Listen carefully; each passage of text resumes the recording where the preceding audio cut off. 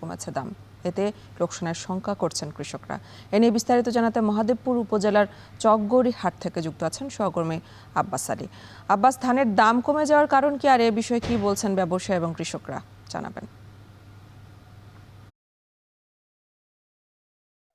আপনাকে জানিয়ে রাখি যে নওগাঁয় এখন ইরিবোরো ধানের ভর মৌসুম এবং কৃষকরা তাদের দেনা পাওনা পরিশোধ করার জন্য হাট বাজারগুলোতে ধান বিক্রি করার জন্য নিয়ে আসছেন এবং বলা যায় যে এখন হাট বাজারগুলোতে ধানের সরবরাহ বেড়েছে। এবং এই চকগড়ি হাটের কথা যদি বলি, যে স্কুল মাঠ থেকে শুরু করে প্রধান অর্থাৎ নওগাঁর আসে যে আঞ্চলিক মহাসড়ক রয়েছে, সেই মহাসড়ক পর্যন্ত কৃষকরা ছোট ছোট যানবাহনের উপর ধান নিয়ে অপেক্ষা করছেন বিক্রি করার জন্য। তবে একটি বিষয় জানিয়ে রাখি যে মৌসুমের শুরু থেকে গত 2 সপ্তাহ পর্যন্ত ধানের দাম সর্বোচ্চ 100 টাকা পর্যন্ত বেড়েছিল। তবে গত এক সপ্তাহের ব্যবধানে ধানের দাম কমেছে মনে 50 থেকে 70 টাকা পর্যন্ত। ধানের দাম কমার কারণটা হচ্ছে যে হাট বাজারগুলোতে ধানের সরবরাহ বেশি হচ্ছে, যার কারণে ধানের দাম কমে এসেছে। ধানের দামের কথা যদি বলি, যে এই হাটে কাঠারি ভোগ ধান বিক্রি হচ্ছে 1340 থেকে 1360 টাকা পর্যন্ত। জিরা সাইল অর্থাৎ লম্বা জিরা এখানে বিক্রি হচ্ছে 1220 থেকে 1230 টাকা, এবং অপেক্ষাকৃত খাটো মানে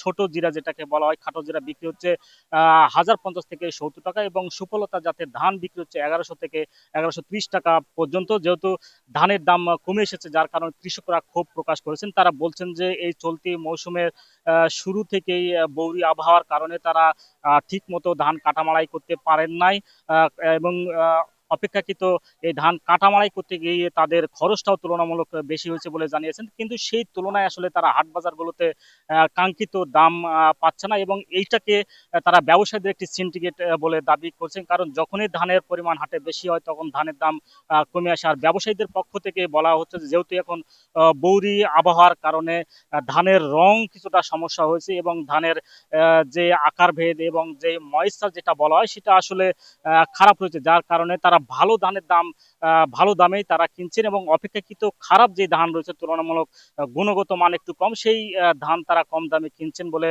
তারা জানিয়েছেন। এবং আরেকটি বিষয় তারা বলছেন যে যারা যেসব কোম্পানিগুলো রয়েছে যারা চাল উৎপাদন করে, সেই কোম্পানিগুলো আসলে ধান কিনছেন না, যার কারণে যেসব ছোট ছোট এজেন্ট বা ব্যবসায়ী রয়েছে তারা ধানের কেনার কম পরিমাণ ধান কিনে, যার কারণে ধানের দাম কিছুটা কমে এসেছে বলে তারা জানিয়েছেন। তো এই ছিল আমার কাছে ধানের দর দাম নিয়ে সবশেষ। নওগাঁর ধানের বাজার নিয়ে জানাচ্ছিলেন সহকর্মী আব্বাস আলী। আর এর